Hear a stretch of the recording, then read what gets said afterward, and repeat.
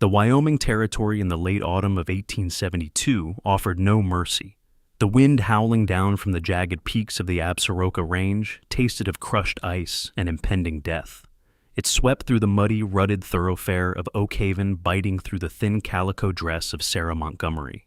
She stood on the splintered wooden boardwalk outside Walsh's Mercantile, shivering so violently her teeth rattled, though the cold in her flesh was nothing compared to the ice in her blood. She was 32 years old, her once bright auburn hair dulled by grief and the relentless dust of the trail pinned severely beneath a dark mourning bonnet. Surrounding her were 7 children, a bruised and terrified flock clinging to her skirts. 3 weeks ago, her husband Samuel had died. The town doctor called it a festering wound from a snapped wagon axle, but Sarah knew the terrifying truth. The axle had been sawed halfway through. Samuel's death was no accident. It was a desperate failing attempt to outrun the shadows that had chased them all the way across the Atlantic Ocean. Sarah's arms tightened agonizingly around the heavy bundle strapped to her chest. Baby Charles. He was quiet, his pale blue eyes blinking up at the gray sky. He was not Samuel's son. He was not even her blood. Beneath the frayed woolen blankets that kept the infant warm lay a heavy solid gold medallion bearing the crest of a fallen European sovereign. Charles was a hunted heir, thrust into Sarah's arms by a dying queen in the suffocating hold of a transatlantic steamship. Samuel had taken the king's gold to smuggle the boy to the American frontier where the assassins of the new regime could never find him.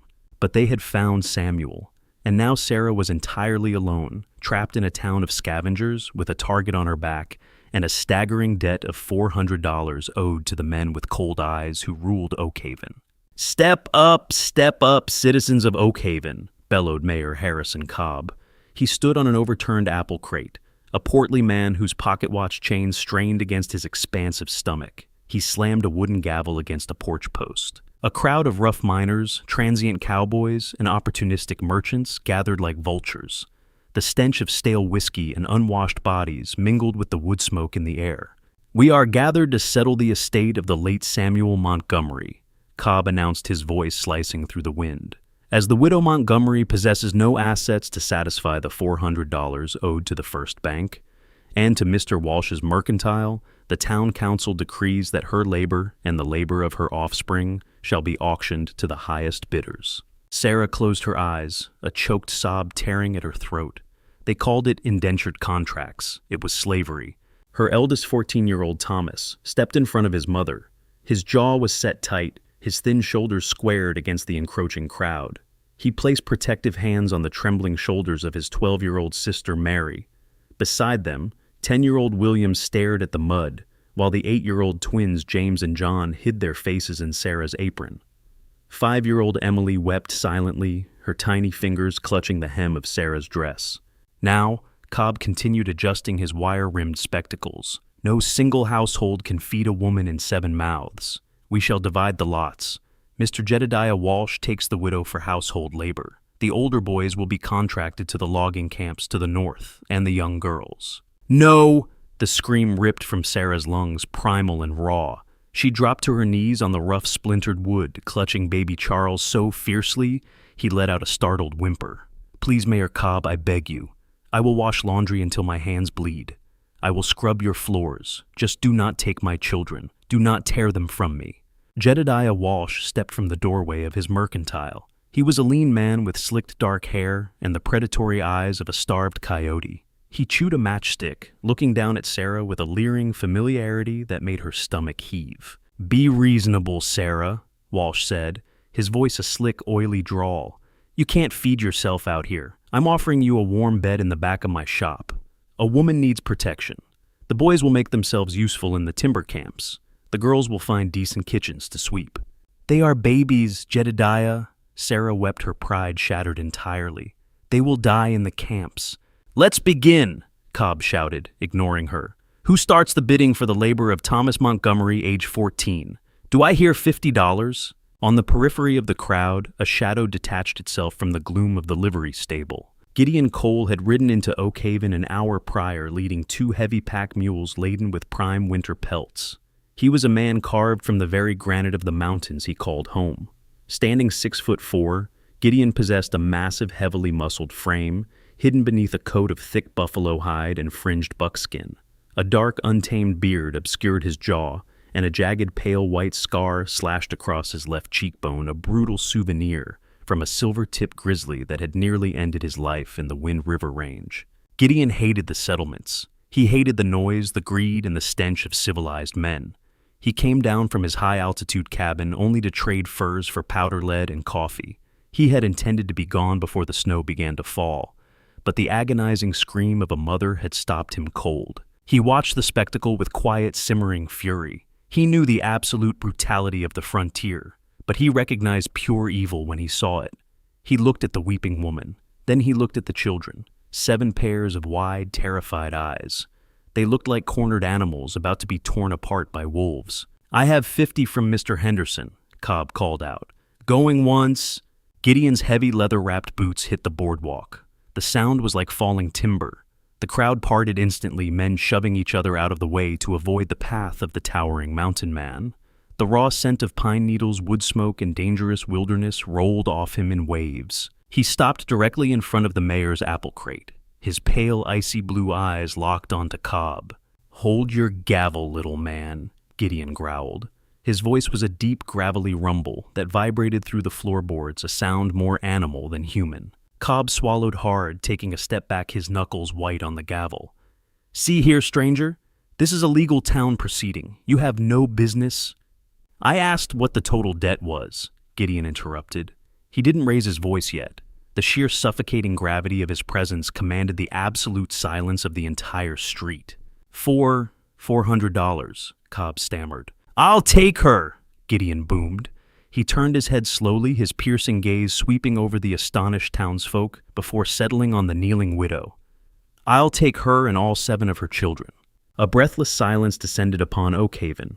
The only sound was the whistling wind and the soft whimpering of little Emily. Jedediah Walsh spat his matchstick into the mud, his face flushed dark red. "Now see here, mountain man. You can't just swagger in here and upend a legal auction. The woman is mine. What the hell is a savage like you going to do with a widow and 7 brats up in the freezing peaks?" Gideon did not flinch. He slowly pivoted his massive frame to face Walsh. The sheer terrifying stillness of the trapper made Walsh freeze. "I reckon," Gideon said softly, his voice carrying a lethal edge, "that what I do with my family is my business. And if you have a problem with it, mercantile man, you can step off this boardwalk and we can discuss it in the dirt." Walsh paled, taking a hasty step backward. Men who lived outside the bounds of law settled disputes with heavy steel, and Gideon looked like a man who had ended lives for far less. Gideon turned back to Cobb. He reached beneath his heavy buffalo coat and untied a thick, worn leather pouch from his belt. He tossed it through the air. It hit the wooden crate at Cobb's feet with a heavy metallic thud. "There's 20 ounces of raw gold dust in there," Gideon stated flatly, "and the mules tied at the livery are carrying 50 prime winter-thick beaver pelts. That covers the 400 plus whatever fees you bloodsuckers are tacking on to make yourselves feel respectable." Cobb hastily picked up the pouch, his hands shaking as he loosened the drawstring. The dull, heavy gleam of gold caught the weak light. The mayor's eyes widened. This is more than enough. But, sir, the law requires a legal bond. Indentured contracts for minors require a guardian of upstanding morale." "Then marry us," Gideon snapped. Sarah gasped, her head jerking up. Her tear-streaked face was a portrait of absolute shock. Marry him, this wild, scarred giant of the wilderness. Gideon finally looked down at her. For a fraction of a second, the ice in his pale eyes softened as he took in her fragile, desperate state and the heavy bundle she clutched so protectively to her chest. He extended a massive calloused hand, the knuckles scarred and weathered like old oak. "You want to keep your children, ma'am?" Gideon asked, his voice dropping to a low, steady register meant only for her. Sarah looked at his massive, scarred hand. Then she looked at Jedediah Walsh, who was glaring at her with a mix of fury and twisted lust. She looked at the shivering twins. She felt the heavy, dangerous secret of the royal infant against her heart. It was the terrifying unknown of the wilderness, or the guaranteed destruction of everything she loved. Slowly, her hands shaking violently, Sarah reached out and placed her pale, bruised hand into Gideon's. He closed his fingers gently around hers and pulled her to her feet with effortless, shocking strength. "Send for the preacher," Gideon ordered, his eyes scanning the crowd, daring any man to object. Within 20 minutes, a nervous, balding reverend stood on the freezing boardwalk. There was no joy, no music, no flowers. Just the biting wind and the morbid fascination of the town. Sarah stood numbly beside the towering mountain man. When the reverend asked for rings, Gideon untied a leather thong from his wrist, sliding a polished ancient piece of elk ivory over her trembling finger. "I pronounce you man and wife," the reverend rushed out. "May God have mercy on your souls." "Pack your things," Gideon said to Sarah, his tone completely practical, entirely devoid of romance. "We have 3 hours of daylight. I want to be 20 miles out of this cesspool before we make camp." "We have nothing," Sarah whispered, her voice hoarse from crying. "Only what we wear." Gideon's jaw tightened. He looked at the shivering children. "Wait here." He strode into Walsh's mercantile. 10 minutes later, he emerged carrying 3 massive burlap sacks filled with flour beans, coffee salt pork, and thick woolen blankets. He dropped them on the boardwalk. "Add it to the gold," he threw over his shoulder to a seething Walsh. He led the family to the livery, using the remainder of his pelts to buy a sturdy enclosed freight wagon and 2 heavy draft horses. As they loaded the children into the back, young Thomas stepped squarely into Gideon's path. The boy was trembling, but his chin was tipped up in defiance. "If you lay a hand on my mother," Thomas said, his voice cracking, "or if you hurt my brothers and sisters, I'll shoot you in your sleep. I swear it." "Thomas, no," Sarah gasped. Gideon paused. He looked down at the boy. Out here, insolence was usually met with the back of a hand. Instead, Gideon reached out and rested his heavy bear-like hand on the boy's shoulder. "You're the man of the family now, Thomas," Gideon said quietly. "It's your job to protect them, but I didn't spend my winter gold just to buy a punching bag. I need a woman to keep the cabin, and I can use extra hands on the trap lines. You do your part, and I won't ever give you a reason to load that rifle. Understood?" Thomas stared into the trapper's icy eyes, searching for deceit. Finding none, he gave a jerky nod and climbed into the wagon. Gideon helped Sarah up to the high bench seat. As he settled next to her, his sheer size blocked the biting wind. He smelled of leather danger and a fierce, untamed freedom. He flicked the reins. As the heavy wagon lurched forward, leaving the mud of Oakhaven behind, Sarah pulled baby Charles closer to her chest. She had escaped the town. But as she looked up at the towering, storm-capped peaks of the mountain ahead, she knew the assassins hunting the boy in her arms would not be bought off with gold. The trail leading out of the Oakhaven Valley was less of a road and more of a treacherous, winding scar cut into the unforgiving granite of the Absaroka range. Within the first hour of their ascent, the meager protection of the foothills gave way to the raw, violent teeth of the mountains. The sky above bruised into a deep, ominous purple, and the temperature plummeted with a terrifying suddenness. The wind did not merely blow. It shrieked through the narrow canyons, carrying shards of early winter ice that bit into exposed flesh like powdered glass. Sarah sat stiffly on the high wooden bench of the freight wagon, her entire body rigidly vibrating from the bone-deep chill. She kept her chin tucked tightly against her chest, her thin woolen shawl wrapped securely around the heavy bundle of baby Charles. The infant slept insulated by her body heat, and the layers of frayed blankets blissfully unaware of the deadly drop-offs that loomed just inches from the wagon's heavy iron-rimmed wheels. Beside her, Gideon Cole drove the team of massive draft horses in absolute unbroken silence. He was a statue of muscle and thick animal hide, his massive hands holding the thick leather reins with a relaxed, masterful grip. He did not curse the wind. He did not flinch when the wagon slipped on a patch of black ice, merely clicking his tongue and shifting the reins to guide the immense beasts back to solid footing. He seemed less a man navigating the wilderness and more a natural extension of the harsh landscape itself. From the cavernous back of the canvas-covered wagon, the sound of quiet sobbing bled through the howling wind. Little Emily and the twins were crying, the bitter cold seeping through the floorboards and their threadbare town clothes. Gideon pulled back on the reins. The wagon ground to a heavy halt on a narrow windswept ridge. He engaged the heavy iron brake, stood up from the bench, and climbed over the seat into the back of the wagon. Sarah turned her head, her breath pluming in white clouds, terror suddenly gripping her throat. In the settlements, a crying child was often met with the swift back of a father's hand. She gripped the edge of the wooden bench, ready to throw herself backward to protect them. Instead, she watched as the towering mountain man unfastened the heavy horn toggles of his massive buffalo hide coat. He shrugged his broad shoulders, peeling the immense fur-lined garment off. Beneath it, He wore only a heavy buckskin shirt and a canvas vest, entirely insufficient for the biting blizzard that was beginning to swirl around them. Without a word, Gideon knelt in the bed of the wagon. He took the massive heavy coat, still radiating his intense body heat, and draped it completely over the shivering huddle of the 5 youngest children. The heavy fur swallowed them whole, creating an instant impenetrable fortress against the cold. "Keep underneath it," Gideon rumbled, his voice low and steady, lacking any trace of frustration. "The hide will trap the warmth. Don't uncover your heads until the wheels stop rolling." He turned and climbed back onto the bench beside Sarah. The wind instantly tore at his buckskin shirt, but the scarred trapper gave no indication that he felt the freezing temperature.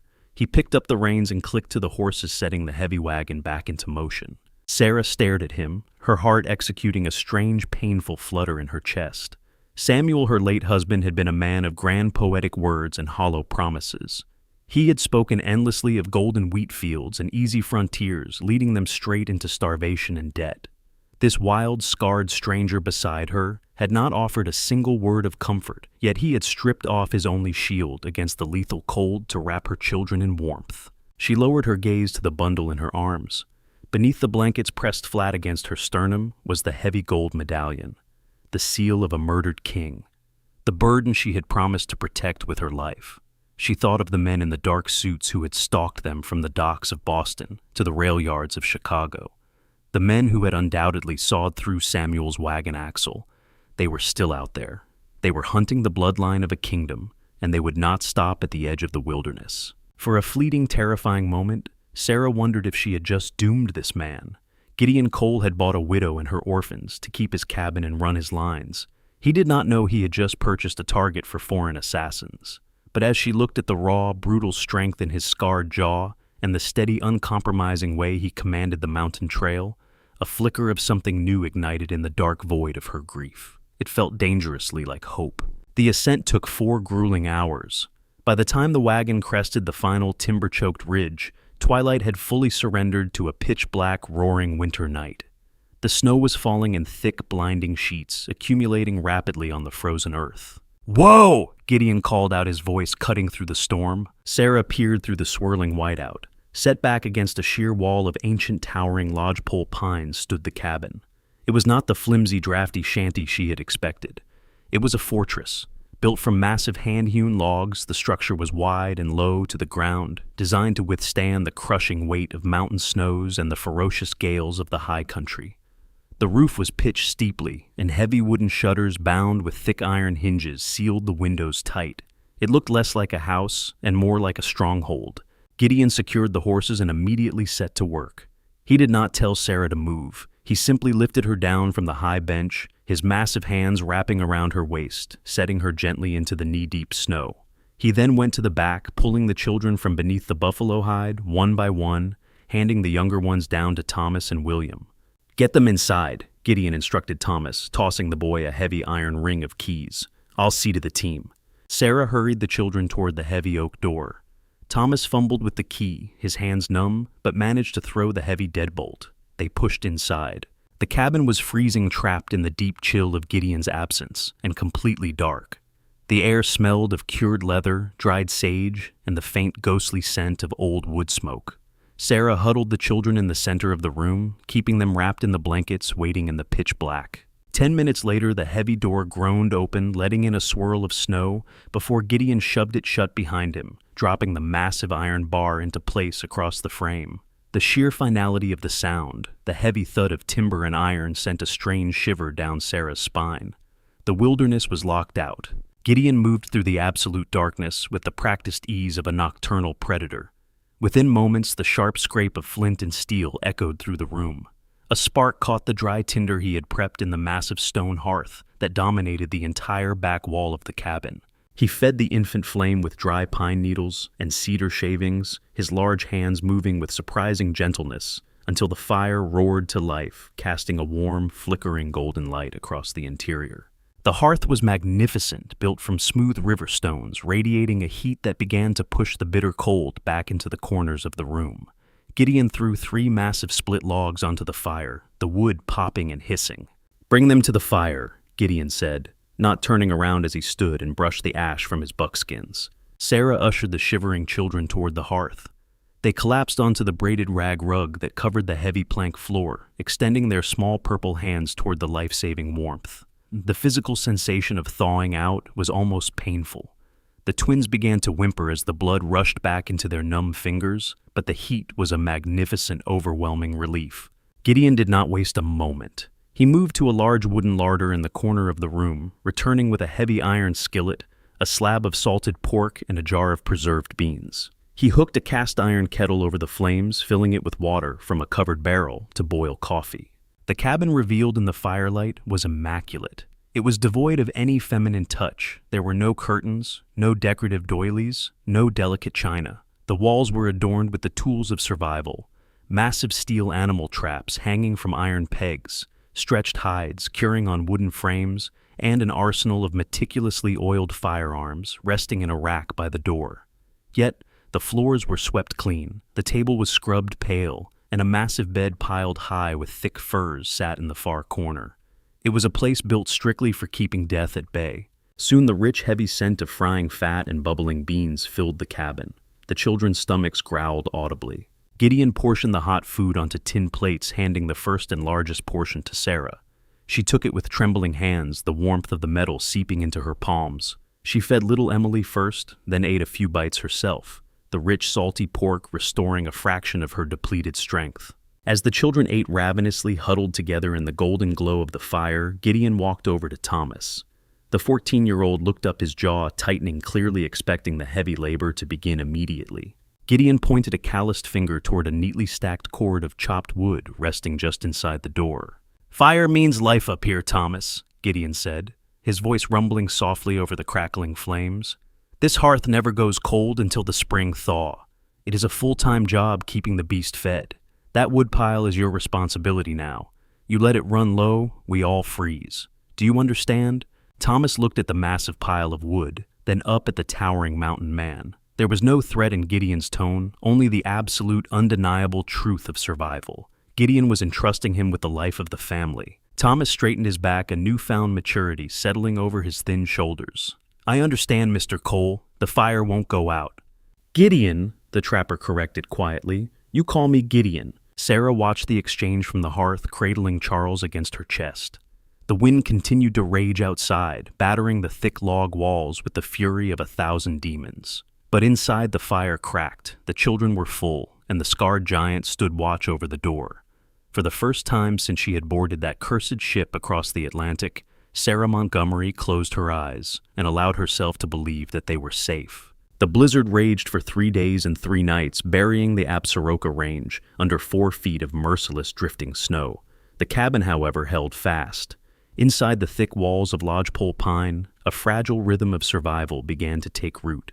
The children, exhausted from the trauma of Oakhaven and the brutal ascent, spent the first 2 days sleeping heavily beneath Gideon's massive furs, their bodies finally surrendering the deep, lingering chill of the town. On the 4th night, the wind finally broke, leaving behind a silence so absolute it rang in the ears. The temperature outside plummeted to 20 below zero, freezing the snow into a hard, crystalline crust. Inside, the cabin was dark, illuminated only by the deep cherry-red embers of the massive hearth. It was well past midnight.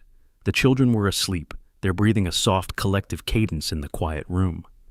Sarah sat alone on a low wooden stool near the fire, the heavy bundle of baby Charles resting on her knees. She carefully unwrapped the frayed woolen blankets to change the infant's clothings. Charles did not cry, merely staring up at her with large, solemn eyes. As Sarah loosened the innermost swaddling, the heavy gold medallion slipped from the folds of fabric. It swung on its thick chain, catching the low light of the embers. It was a massive piece of solid ancient gold, easily weighing 1/2 pound, deeply engraved with a rampant lion clutching a shattered sword beneath a royal crown. It was beautiful, heavy, and practically vibrating with the blood of the men who had already died to protect it. Sarah let out a soft, shuddering breath, her fingers trembling as she reached to tuck the treacherous object back into the child's bindings. "That is not town gold," Sarah gasped, nearly dropping the child. She snapped her head up.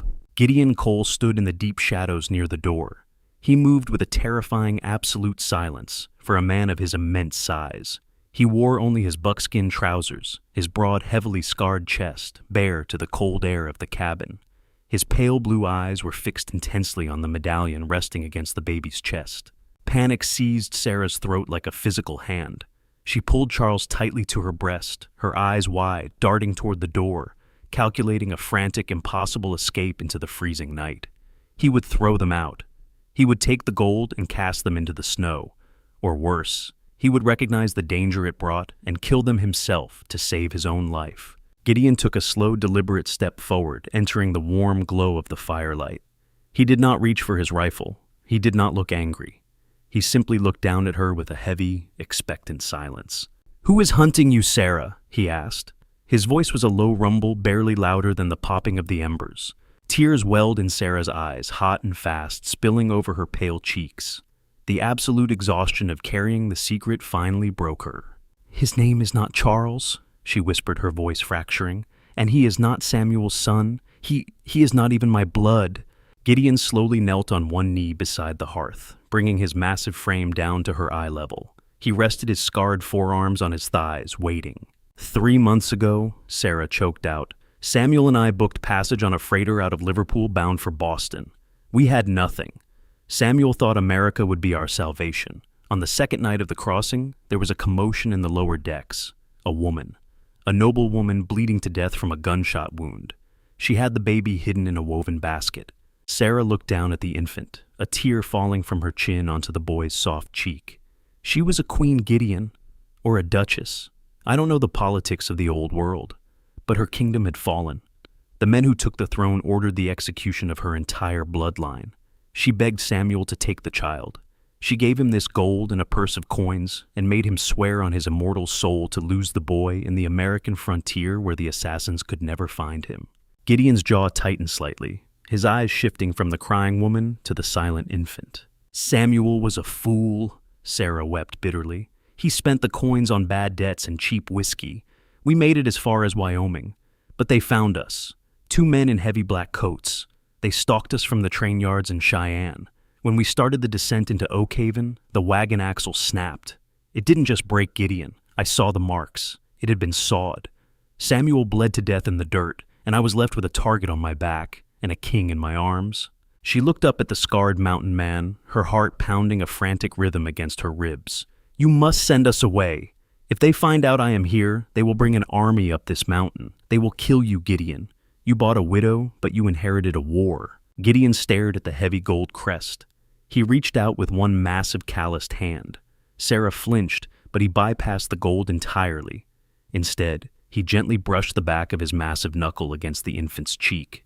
Charles blinked, letting out a soft coo, and wrapped his tiny hand around Gideon's thick finger. The silence stretched for a long, agonizing minute. The wind outside began to howl again, rattling the heavy iron shutters. "A heavy thing," Gideon finally said, his voice entirely devoid of fear, to hang around a baby's neck. He slowly stood up to his full towering height. The firelight cast long dancing shadows across his heavily scarred chest. "I bought a family in that mud pit," Gideon stated flatly, his pale eyes locking onto hers with a fierce, uncompromising intensity. "I did not buy a crown. I don't care about the wars of old men in dead countries across the ocean. On this mountain there are no kings, there are no queens, there is only the winter and the wolves and the people I choose to protect." Sarah stared at him, her breath hitching. "Gideon, his name is Charles Cole now," Gideon commanded softly, leaving absolutely no room for debate. "He is my son, and this cabin is his birthright. Let them come." He turned away from the hearth and walked to the weapons rack mounted on the heavy timber wall. He took down his massive .50 caliber Sharps buffalo rifle, pulled a rag and a tin of oil from a shelf, and sat at the heavy oak table. In the quiet dimness of the cabin, the rhythmic metallic clack of the rifle's action and the scent of oiled steel became a terrifying, beautiful promise. He was not casting her out. He was preparing for war. Asterisk, asterisk, asterisk. 40 miles below the town of Oakhaven was locked in the bitter grip of the freeze. The streets were dead buried in snow and ice. Inside the back room of Walsh's Mercantile, the air was thick with the stench of stale tobacco, cheap whiskey, and violent greed. Jedediah Walsh sat behind his desk, nervously rubbing his slicked-back hair. Standing across from him were 2 men who clearly did not belong in the raw Wyoming territory. They wore impeccably tailored woolen greatcoats, fine leather gloves, and bowler hats entirely unsuited for the frontier. Their faces were smooth, pale, and completely devoid of emotion. They were European, and they possessed the cold, dead eyes of professional slaughterers. The woman, the taller of the two men, said, his accent sharp and clipped. "Where is she?" "I told you," Walsh stammered, intimidated by the sheer calculating menace radiating from the strangers. "She was auctioned to pay her dead husband's debts. I was going to take her contract, but a mountain man, a trapper named Gideon Cole, he bought her. He paid in raw gold and took her and all 7 brats up into the Absaroka range." The two agents exchanged a brief, meaningful glance. "A trapper," the second man sneered, a sound of absolute disdain. "He has taken the Heir into the high country. We cannot track in this primitive wasteland. We require hunters." The taller man reached into his heavy coat and pulled out a velvet pouch. He untied the strings and poured a cascade of solid platinum coins onto Walsh's desk. They chimed against the wood, a sound of unimaginable wealth in a town that traded in pennies and animal fat. Walsh's eyes widened, practically bulging from his skull. He had never seen so much money in his life. "You will assemble a team," the tall agent commanded, his voice like cracking ice. "The most ruthless men this town has to offer. You will lead us to this trapper's cabin. You will burn it to the ground. You will kill the woman, the children, and the giant, but the infant is to be brought to us alive. Do you understand?" Walsh stared at the platinum, a cruel, triumphant smirk spreading across his face.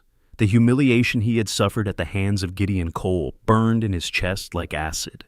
This was his chance for revenge, and he was being paid a fortune to take it.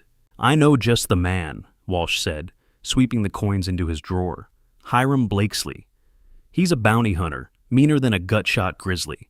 He runs with a pack of gun thugs who'd slit their own mothers' throats for a sliver of that platinum." "Hire him," the agent said, turning toward the door. "Hire them all. We ride as soon as the snow breaks." 3 hours later, the back room of the Mercantile was crowded with the absolute dregs of the territory. Hiram Blakesley, a heavily scarred, one-eyed brute wearing a filthy duster, stood at the head of a dozen heavily armed mercenaries. They checked the cylinders of their revolvers and sharpened long iron bowie knives. They were not heading up the mountain to arrest a man. They were heading up the mountain to erase a family from the face of the earth. As the sun began to rise over Oakhaven, painting the snow-capped peaks of the Absaroka in a bloody crimson light, the posse mounted their horses. The hounds howled in the freezing air, hungry for the scent of blood. The hunt for the hidden king had begun. The false dawn of the 5th day broke over the Absaroka range in a wash of pale, bruised lavender. The blizzard had passed, leaving behind a sky of fractured ice, and a silence so profound it felt heavy on the chest. The temperature lingered at 30 degrees below zero. In this altitude, the cold was not merely a weather condition. It was an apex predator, waiting to freeze the moisture in a man's lungs and turn his blood to sludge. Half a mile below the timberline, struggling through snowdrifts that reached the chests of their exhausted horses, the hunting party advanced. Hiram Blakesley, the one-eyed bounty hunter, rode at the front. His face was wrapped in a filthy woolen scarf, his breath freezing in solid icicles on the fabric. Behind him trailed 12 of the most violent, desperate men Oakhaven had to offer: drifters, stagecoach robbers, and men who sold their guns to the highest bidder. They were armed with heavy repeating rifles and cheap whiskey meant to keep the frostbite at bay. Bringing up the rear were the 2 European agents. They rode in absolute disciplined silence. The taller one, Klaus, pulled his sable-lined collar tighter against the biting wind. He despised this primitive frozen wasteland, but the platinum in his pockets and the absolute order from his new sovereign demanded the infant's blood. To him, the giant trapper they sought was nothing more than a savage obstacle easily cleared by the numbers and firepower he had purchased. "Ridge is just ahead," Blakesley shouted back, his voice muffled by the scarf and the snow. "Cabin sits in a clearing against the rock face. No back door. We spread out, surround the perimeter, and burn them out if we have to." Higher up on the mountain inside the fortress of Lodgepole Pine, Gideon's 2 massive Irish wolfhounds suddenly stood up from the hearth. The hair along their spines bristled into stiff ridges. They did not bark. They let out low, continuous rumbling growls that vibrated through the floorboards. Gideon Cole, who had been sitting at the heavy oak table, meticulously oiling his revolver, stopped. He did not look toward the door. He looked toward the ceiling, listening to the subtle shifts in the dead wind. He possessed the uncanny supernatural intuition of a man who had survived a decade alone in the wild. He could feel the unnatural disruption of the woods. "They are here," Gideon said. His voice was perfectly calm, entirely devoid of panic. Sarah, who was stirring a pot of oatmeal over the fire, dropped the wooden spoon. The heavy clatter echoed sharply in the quiet room. Her face went completely pale, her eyes darting toward the heavy iron-bound door. Gideon stood up. The transformation in the man was instantaneous and terrifying. The quiet, steady provider vanished, replaced entirely by the scarred, lethal survivor of the Wind River Range. He moved with a sudden fluid speed. He bypassed his heavy dark buffalo coat. Instead, he pulled a massive oversized hooded parka made of bleached white canvas over his head. It was his winter hunting gear designed to make him completely invisible against the snowdrifts. He strapped a heavy gun belt over the white canvas, carrying 2 massive Colt Walker revolvers. He slung his .50 caliber Sharps rifle over his back and slid a foot-long, razor-sharp Bowie knife into a sheath strapped to his thigh. Finally, he took a handful of soot from the cold edge of the hearth and smeared it across his pale forehead and under his eyes, breaking up the human outline of his face. Sarah grabbed his arm as he moved toward the door. Her fingers dug into his thick bicep. "Gideon, there are too many of them. You can't just walk out there. Stay inside. We have the thick walls." Gideon paused, looking down at her terrified face. He reached out his soot-stained thumb, gently brushing a stray lock of auburn hair from her cheek. "If I stay in here, they will lay siege," Gideon explained, his voice low and steady. "They will shoot flaming arrows into the roof pitch. They will smoke us out, and the children will choke before the door ever falls. I cannot let them dictate the ground. I know every rock, every drop-off, and every shadow on this mountain. Out there, they are not the hunters, Sarah." The scarred giant's eyes turned to cold, fractured ice. "They are the meat." He turned to Thomas. The 14-year-old was already holding the Winchester rifle, his hands shaking slightly, but his jaw locked in grim determination. "Get your mother and the little ones into the root cellar," Gideon ordered the boy. "You close the trap door and you stand over it. You do not open this front door for anyone. If it comes off its hinges, you empty that rifle into whatever steps through the frame. You don't hesitate. Understand?" "Yes, sir." Thomas swallowed hard. Gideon threw the heavy iron bolt on the front door, slipping outside into the freezing, blinding white of the morning. He pulled the door shut behind him. The lock clicked, sealing the family inside. Sarah wasted no time. "Down!" she whispered fiercely, rushing the children to the center of the room. She hauled up the heavy iron ring set into the floorboards, revealing the dark, earthy depths of the root cellar. It smelled of raw potatoes and damp soil. She handed baby Charles down to Mary, then ushered the shivering twins and little Emily down the wooden ladder. Finally, she climbed down herself. Thomas remained above, lowering the heavy wooden trapdoor until it shut with a muffled thud. In the pitch black of the cellar, Sarah huddled her children together beneath a heavy woolen blanket. She pressed her back against the cold dirt wall, holding the royal infant tightly to her chest. She could hear the faint, rapid thumping of her own heart. The waiting was an agonizing physical wait.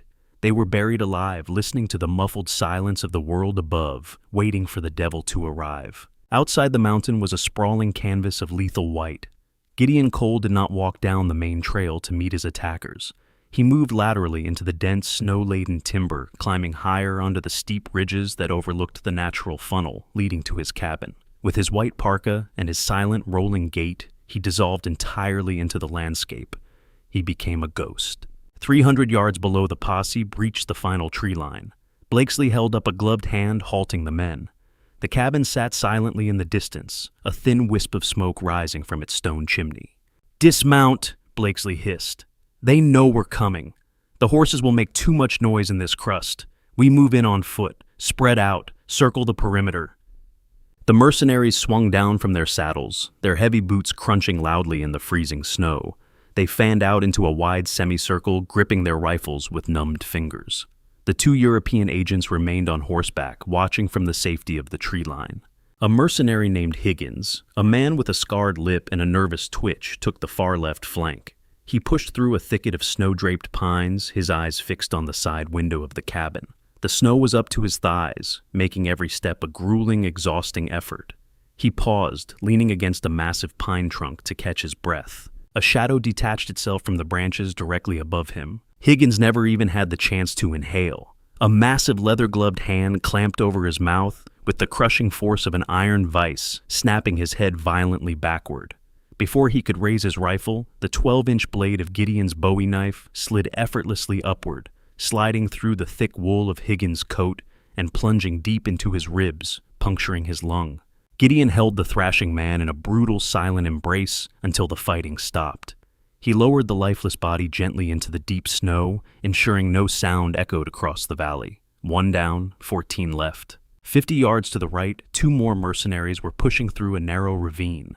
The wind picked up a sudden howling gust that sent a blinding spray of white powder through the air. Asterisk crack. Asterisk. The sound was not a gunshot. It was the sickening metallic snap of tempered steel. The man in the rear let out a blood-curdling, agonizing scream that shattered the silence of the mountain. He collapsed sideways, his leg caught in the jaws of a massive 50-pound bear trap Gideon had hidden beneath the powder 3 days prior. The iron teeth bit clean through the man's heavy leather boot, shattering his shin bone. "Ambush!" the lead mercenary yelled, spinning around wildly, his rifle raised.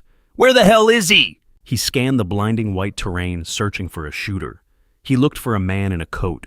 He did not see the massive mound of snow 20 feet away slowly rise. Before the mercenary could register the movement, Gideon's .50 caliber Sharps rifle roared. The explosion was deafening, a localized clap of thunder that echoed off the granite peaks. The heavy buffalo slug struck the mercenary squarely in the chest, lifting him entirely off his feet and throwing him backward into a snowdrift. Panic instantly gripped the remaining posse. They were street fighters and barroom brawlers, men who relied on intimidation and numbers.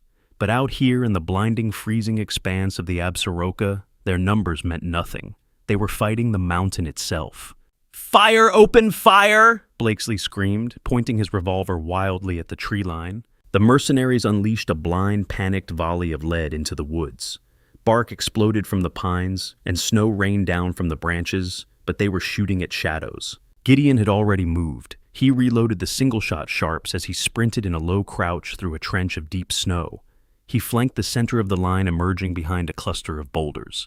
He dropped the rifle, drew his 2 heavy Colt Walkers, and stood up to his full, terrifying height. He did not yell. He did not offer a warning. He simply began a methodical, devastating execution. The heavy revolvers barked in a rapid, rhythmic cadence. The flashes of muzzle fire cut through the whiteout like strobe lights. 3 more men dropped before they even knew they were being flanked, their blood blooming like bright red roses in the pristine snow. "He's behind us!" someone screamed, the voice cracking with absolute terror. Men began to break. The bounty hunters threw down their rifles and turned to run, trying to plunge back through the waist-deep snow toward the horses. But panic made them slow, and the cold made them clumsy. Gideon holstered his empty revolvers and drew his knife, vaulting over the boulders with the terrifying speed of a silver-tipped grizzly. He caught the nearest fleeing man, grabbing him by the thick collar of his duster, lifting him physically off the ground and hurling him into a jagged outcrop of rock. The man's skull connected with a sickening crack, and he slid to the ground motionless. Down at the tree line, Klaus watched the massacre unfold with mounting horror. The European agent had expected a quick, brutal siege. He had not expected his army of hired killers to be systematically dismantled in less than 5 minutes by a single terrifying force of nature. "The savage is slaughtering them," the other agent whispered, his aristocratic composure cracking. "We must fall back. We will freeze here." "No," Klaus snarled, pulling a finely crafted German repeating rifle from his saddle scabbard. "The men are a distraction. While he butchers them in the snow, the cabin is unguarded. We take the child now." Klaus spurred his horse forward, in driving the exhausted animal out of the protective trees and into the open clearing, making a desperate straight run toward the heavy oak door of the coal cabin. Inside the dark, suffocating root cellar, Sarah heard the approaching frantic thud of hooves, and she knew the true hunt had finally reached her doorstep. Inside the suffocating darkness of the root cellar, time lost all meaning. Sarah Montgomery crouched on the damp-packed earth, her arms locked fiercely around baby Charles. The heavy woolen blanket draped over her, and the children smelled of dust and old potatoes, but it trapped their terrified body heat. Above them, the heavy floorboards groaned, amplifying every sound from the world outside. Sarah heard the frantic, muffled thud of horse hooves approaching the cabin, followed by the heavy, deliberate crunch of leather boots on the snow of the front porch. It was not Gideon. Gideon moved like a phantom. He did not stomp. "Mother, no!" Thomas breathed, his hands desperately searching for her in the dark. "I have to draw him away from the floorboards," Sarah said, her voice shaking but possessing a terrifying newfound iron. If the assassin found the trapdoor while they were all huddled inside, he could simply shoot down into the dark. She had to take the high ground. She handed the heavy swaddled bundle of the royal infant to Mary. Then, pushing aside the blanket, Sarah blindly found the wooden rungs of the ladder. She climbed until her shoulders brushed the underside of the heavy trapdoor. Pressing her hands flat against the rough wood, she heaved upward. The door lifted with a quiet groan. Sarah slipped out of the cellar and into the dim fire-lit cabin, lowering the heavy wooden square back into place with agonizing slowness to avoid a loud thud.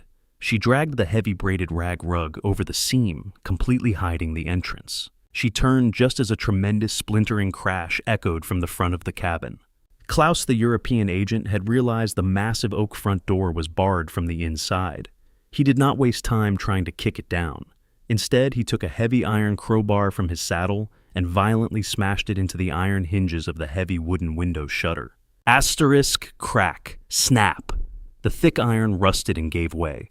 Klaus ripped the shutter off, exposing the glass pane. He smashed the glass with the butt of his German repeating rifle, the shards cascading onto the plank floor, inside like deadly rain.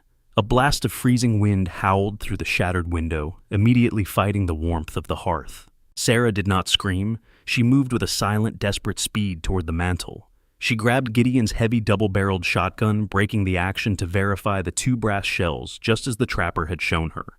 She snapped it shut, the metallic click sounding impossibly loud in the room. Klaus hauled himself up and climbed through the broken window, stepping into the cabin. He stood up, brushing the snow from his fine, sable-lined coat. He looked completely out of place in the rugged, timber-framed room, a creature of high society ballrooms and political assassinations, standing in the raw wilderness. He slowly turned, raising his rifle, and stopped. Sarah stood 10 feet away, perfectly centered in the room to block any path to the rug. The heavy stock of the shotgun was tucked tightly into her shoulder, the twin black barrels pointed squarely at the center of his chest. Her hands were shaking violently, but her finger was steady on the front trigger. "Get out of my house," Sarah said. Her voice was hoarse, stripped of all its former genteel softness. It was the voice of the frontier now. Klaus looked at her, his pale eyes devoid of any human empathy. A thin, condescending smile crept onto his lips. "You have caused my employers a great deal of trouble, Mrs. Montgomery," Klaus said smoothly, his clipped accent cutting through the whistling wind. "I am not here for you. Hand over the bastard child of the traitor queen, and I will leave you to freeze in this miserable shack. Refuse, and I will shoot you where you stand and tear this floor apart until I find him." Sarah's grip tightened on the wood. "There are no kings here." She pulled the trigger. The explosion inside the confined cabin was deafening. A massive cloud of white smoke and a 2-foot tongue of flame erupted from the right barrel. Klaus was fast, his reflexes honed by years of lethal wet work. As Sarah's finger twitched, he dove violently to his left. The dense cloud of buckshot tore through the space where his chest had been a fraction of a second, before annihilating the heavy wooden larder behind him, sending a shower of splintered pine and dried beans into the air. But he was not entirely unscathed. The edge of the blast caught his right shoulder, shredding the expensive wool of his coat and tearing into his flesh. Klaus hit the floor and rolled his aristocratic composure, shattering into a snarl of pain and fury. He brought his repeating rifle up, aiming at the cloud of smoke where Sarah stood. Before he could pull the trigger, the front door of the cabin exploded. It did not open. It was physically blasted off its heavy iron hinges by a sheer terrifying force. The massive slab of oak crashed onto the floorboards, taking a portion of the door frame with it. Standing in the swirling snow of the threshold was Gideon Cole. He looked like the physical manifestation of the mountain's wrath.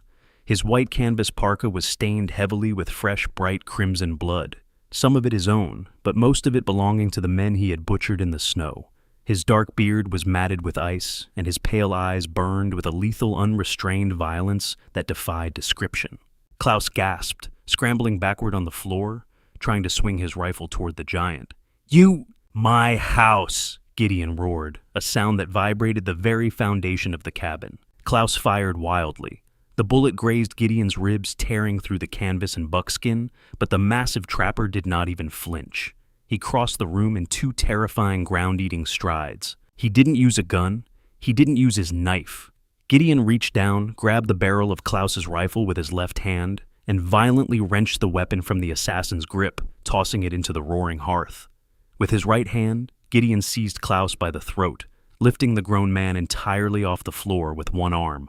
Klaus kicked wildly, his hands tearing at Gideon's thick, scarred wrist, his face turning a mottled purple as his windpipe was crushed. Gideon slammed the agent back against the heavy log wall. The entire cabin shook. "You brought a war to my wife," Gideon whispered, his face inches from the dying assassin, his voice a low, terrifying rumble that promised hell. "You hunted my children, and you thought the cold would kill me." Gideon's grip tightened. A sickening wet crunch echoed through the room. Klaus's eyes rolled back his body, going completely limp. Gideon held him there for a second longer, a grim testament to the absolute law of the wild, before dropping the lifeless body onto the floorboards. The silence that followed was heavy, broken only by the crackle of the fire and the wind howling through the shattered door. Gideon stood over the body, his massive chest heaving. He slowly turned his head toward Sarah. The absolute terrifying rage in his eyes began to recede, melting back into the exhausted, protective gaze she had come to know. He pressed a hand to his side, his fingers coming away slick with blood. Sarah dropped the empty shotgun. It hit the floor with a clatter. She ran to him, throwing her arms around his waist, burying her face into his blood-stained, freezing canvas coat.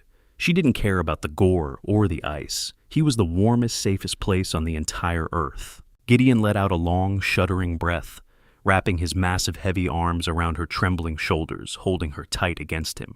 He rested his chin on the top of her head. "It's over," Gideon murmured into her hair. "The mountain took them all." Sarah pulled back slightly, looking up at his pale, scarred face. "You're bleeding." "A scratch," he grumbled, though his face was pale from the exertion and the cold. He looked toward the rag rug covering the trapdoor. "The children safe?" Sarah breathed, tears of absolute relief finally spilling down her cheeks. "They are safe." "Then the hunt is done," Gideon said. He slowly let her go and walked over to the shattered doorway. He looked out into the blinding white expanse of his territory. At the edge of the tree line, struggling desperately through the waist-deep snow, was a single figure. Jedediah Walsh had watched the slaughter of his hired guns from afar and was now trying to flee back down the mountain, abandoning his horse in his blind panic. Gideon reached down and picked up his heavy Sharps buffalo rifle from where he had dropped it on the porch. He slowly loaded a single massive brass cartridge into the breech. He raised the heavy barrel, resting it against the splintered doorframe to steady his bleeding side. He took aim at the fleeing mercantile owner, a dark speck against the endless white. "Gideon!" Sarah called out softly. He paused, looking back at her. She stood by the fire, her chin raised, holding the absolute strength of a frontier woman who had survived the fire. "Leave him to the mountain," she said quietly. "Without a horse and a coat, he won't make it to the valley."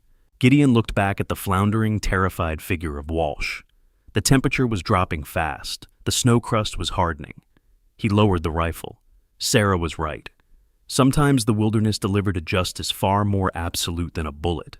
He turned away from the cold, stepping fully back into the warmth of the cabin, and began to drag the broken door back into place. They had survived the storm.